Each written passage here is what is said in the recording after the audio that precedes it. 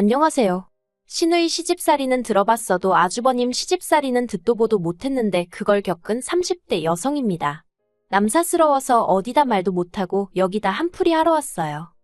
저는 비교적 경제적으로 풍족한 집안에서 자랐습니다.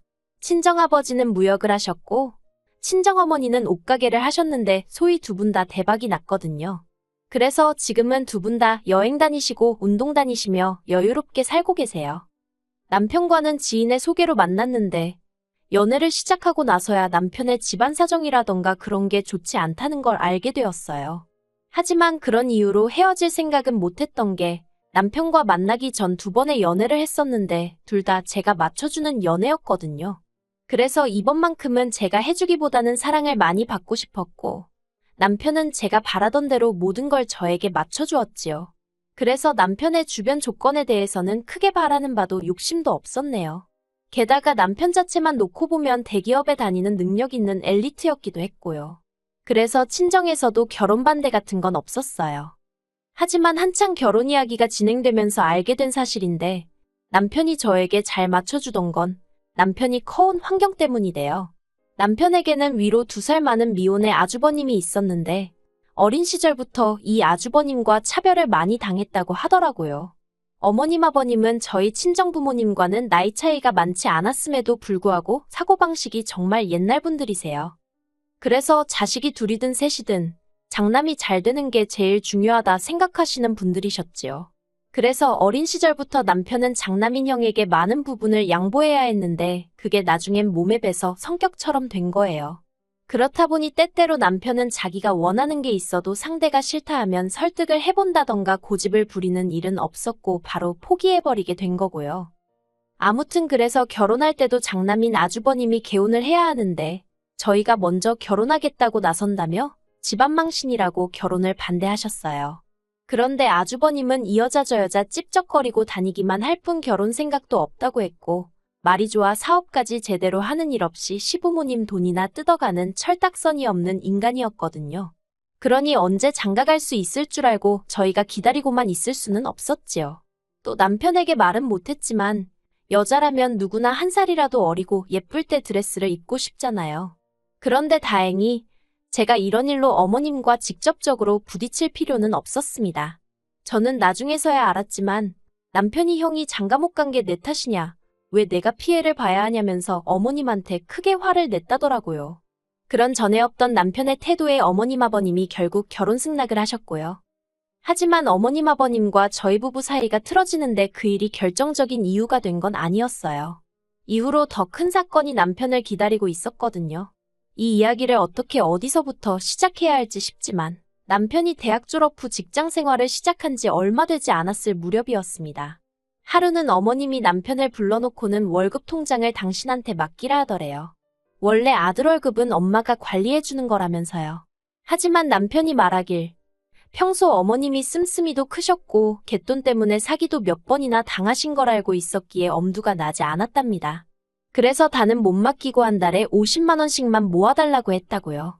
그리고 저와의 결혼을 앞두고 남편이 어머님께 그간 모아주신 돈을 돌려달라 했는데 남편 말에 따르면 이자는 고사하고 원금만 하더라도 6천만 원이라는 거금이 있어야 했대요. 하지만 어머니가 말씀하시는 건 고작 2천만 원이더랍니다. 그리고 그나마 그 2천만 원도 이미 아주버님에게 홀랑 주신 상황이었고요. 그런 사정이 있었으니 저는 물론이고 남편도 자기 부모에게 감정이 좋을 리가 없었지요. 상황을 그렇게 만든 아주버님도 싫고 남편 기분은 아랑곳하지 않고 오로지 장남인 아주버님만 싸고 도는 어머님도 원망스럽다고요. 그렇지만 며느리로서 그래 아주버님하고 어머님 두 분 다 나쁜 사람들이야 라고 동조를 할 수는 없는 일 아니겠어요? 저는 그때만 하더라도 결혼한 지 얼마 되지 않은 시점이었으니 착한 며느리이자 좋은 아내이고 싶었거든요.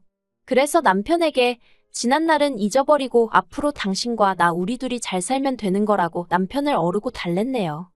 하지만 옆에서 보기에 남편은 여전히 어머님 아버님도 그렇고 아주버님에게도 그렇고 애증이라고 해야 할지 어쨌든 피를 나눈 가족이니 정이 그리운 눈치였어요. 그래서 처음엔 제가 시댁 식구들과 남편을 이어주는 중간다리라도 되어보려 했습니다. 제가 잘하면 남편을 더 예쁘게 봐주지 않으실까 그런 어리석고 순진한 생각을 한 거지요. 그래서 원래 제 성격이 그렇지 않음에도 불구하고 어머님께 다가가려고 이리저리 노력을 했네요.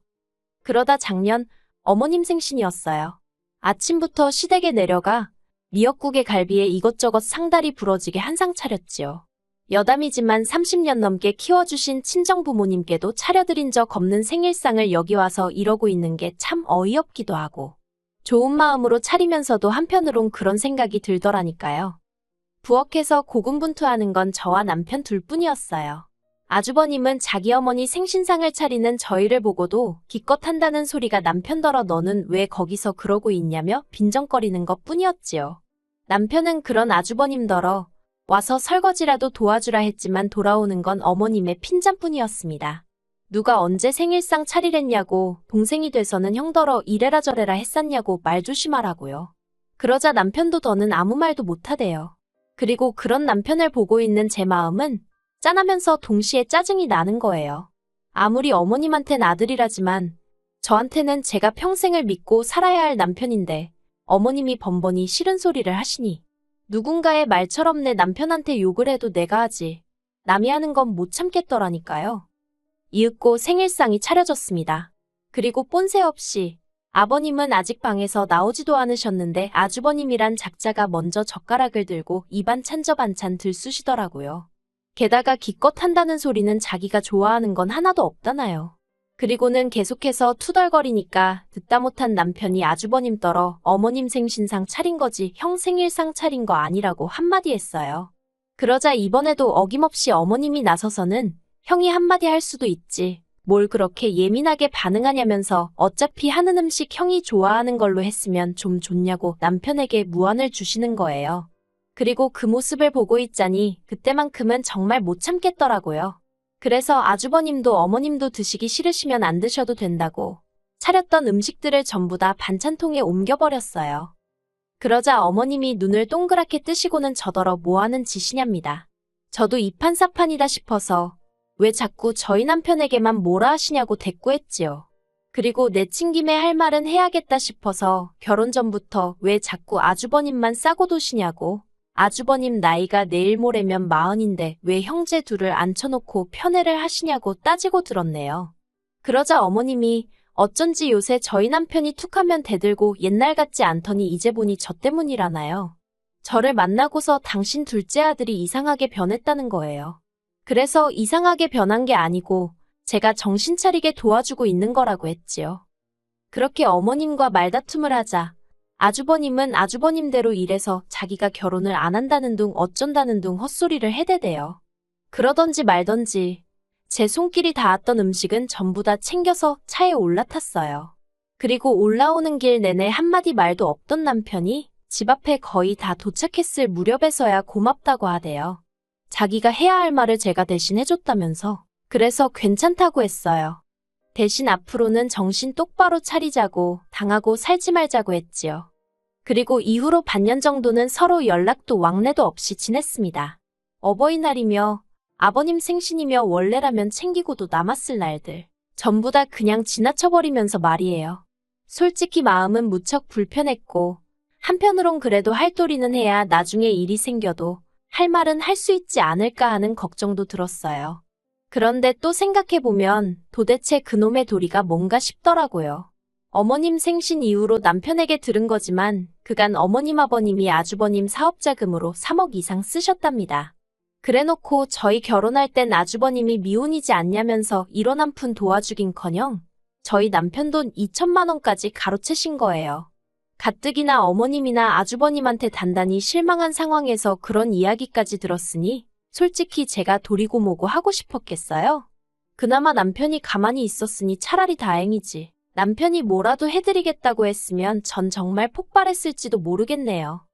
그런데 올해 초였습니다.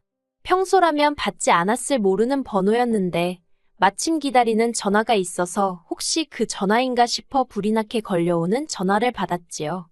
그리고 전화를 한 이는 어머님이었어요. 당황스럽기도 했고 그렇다고 전화를 끊을 수도 없어서 얼떨결에 통화를 이어나가게 되었습니다. 어머님은 지난번 일은 당신이 지나쳤던 것 같다며 미안하다 하시대요. 그리고는 저희더러 아주버님을 3달만 데리고 있어달라나요. 어머님은 구구절절 말씀하시길 지난번 저희와 크게 다투고 나서 당신들도 속이 많이 상했답니다.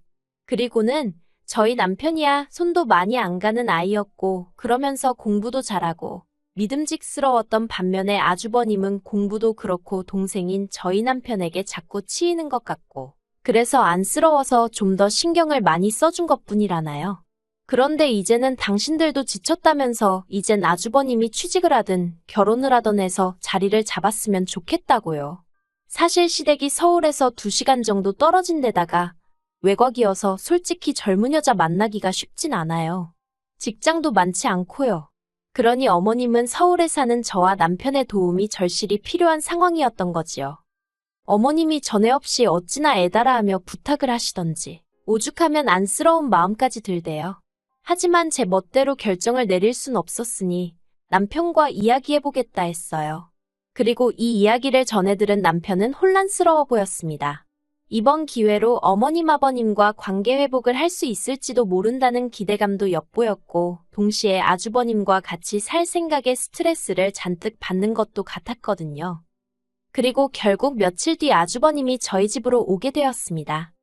어머님이 하신 말씀도 있고 3달이라고 기간도 정해주셨으니 저는 솔직히 아주버님이 빡세게 직장을 알아본다던가 하다못해 결혼할 여자라도 찾아보려는 줄 알았어요. 하지만 저희 집에 온 지 1달이 넘어가도록 하는 일이라곤 핸드폰으로 게임하고 채팅하는 게 전부였지요. 밥도 다 차려놓고 식사하세요 소리를 안 하면 처먹을 생각을 안 했고요. 그뿐만이 아니라 저와 남편이 지내는 생활 방식에 훈수까지 두대요. 저희 집에 있는 건조기와 식기세척기를 보더니 집안 살림을 너무 편히 하려고 드는 거 아니냐 그러고 친정 부모님이랑 외식이라도 하고 오면 시부모님 생각은 안 나냐며 빈정거립디다. 게다가 저희 집 관리비 영수증을 자기가 내줄 것도 아니면서 멋대로 펴보고는 가스비가 왜 이렇게 많이 나왔냐. 전기세도 보통이 아니다. 듣다 못한 제가 둘이 살다 셋이 되었으니 당연한 거 아니냐고 쏘아붙였어요. 그랬더니 그걸 그대로 어머님한테 일러서는 어머님이 저더러 네 아주버님한테 뜨거운 물 쓰지 말라고 했냐. 난방 못 키게 했냐. 별소리를 다 들었네요. 그래도 꾹꾹 눌러 참았습니다. 3달까지 2주밖에 안 남은 상황이었기에 어떻게든 잘 버텨보자는 생각뿐이었지요. 그런데 기어이 어머님이 선을 넘으시대요. 그날은 회사 창립일이라 출근을 안 했어요. 그래서 모처럼 친구를 만나 브런치를 먹고 집에 돌아왔는데 문 앞에 택배가 잔뜩 쌓여 있었습니다. 올 게 없었기에 받는 사람 이름을 살펴보니까 제 이름이 적혀 있었고요. 알고 보니 어머님이 보내셨더라고요. 도대체 뭘 보내신 건가 싶어서 하나만 살짝 뜯어보니 예전 시댁에서 아주버님 방에 있던 장난감 인형들이었습니다. 설마 싶어 한 상자를 더 뜯어보니 이번엔 아주버님 보멸음 옷이었고요. 보아하니 전부 다 아주버님 짐인 모양이 돼요. 그래서 어머님께 전화를 드리고는 왜 이런 걸 전부 다 여기로 보내셨냐 물었습니다. 솔직히 이미 제 마음속에는 불길한 생각이 가득했지만 정말 설마 싶어서 입 밖으로 꺼내진 못하고 애써 애둘러 여쭤본 거지요. 그리고 아니나 다를까 어머님께서 하시는 말씀이 아주버님하고 몇 달 더 같이 지내라는 겁니다. 저도 알다시피 직장도 여자도 아무것도 해결되지 않았지 않냐면서요. 그래서 안 된다고 했어요. 노력을 안 하는데 직장이고 여자고 하늘에서 뚝 떨어지냐고. 그리고 더는 아주버님 수발도 들기 싫다 했지요. 나이가 저 정도면 남의 집에서 밥 먹고 설거지 정도는 하는 게 정상 아니냐고. 그런 매너도 없는 사람이랑 더는 같이 못 산다 했습니다. 그러자 어머님이 네가 그런 식으로 나올 때마다 네 남편이 미움을 받는 거라며 저를 다그치시대요. 저희 남편의 입지는 저하기 나름이라나요. 그리고는 전화를 딱 끊어버리셨어요. 저는 도저히 화를 참을 수가 없어서 아주버님이 지내던 방에서 아주버님 짐을 전부 다 끄집어냈습니다. 그리고 여행용 가방에 마구잡이로 쑤셔 넣었지요. 어머님이 보내신 택배들과 함께 현관밖에 내놓고 현관 비밀번호도 바꿔버렸습니다. 그리고는 심부름센터에 연락해 비용이 얼마가 들어도 좋으니 이 짐들을 전부 다 시댁으로 지금 당장 돌려보내주라 했어요.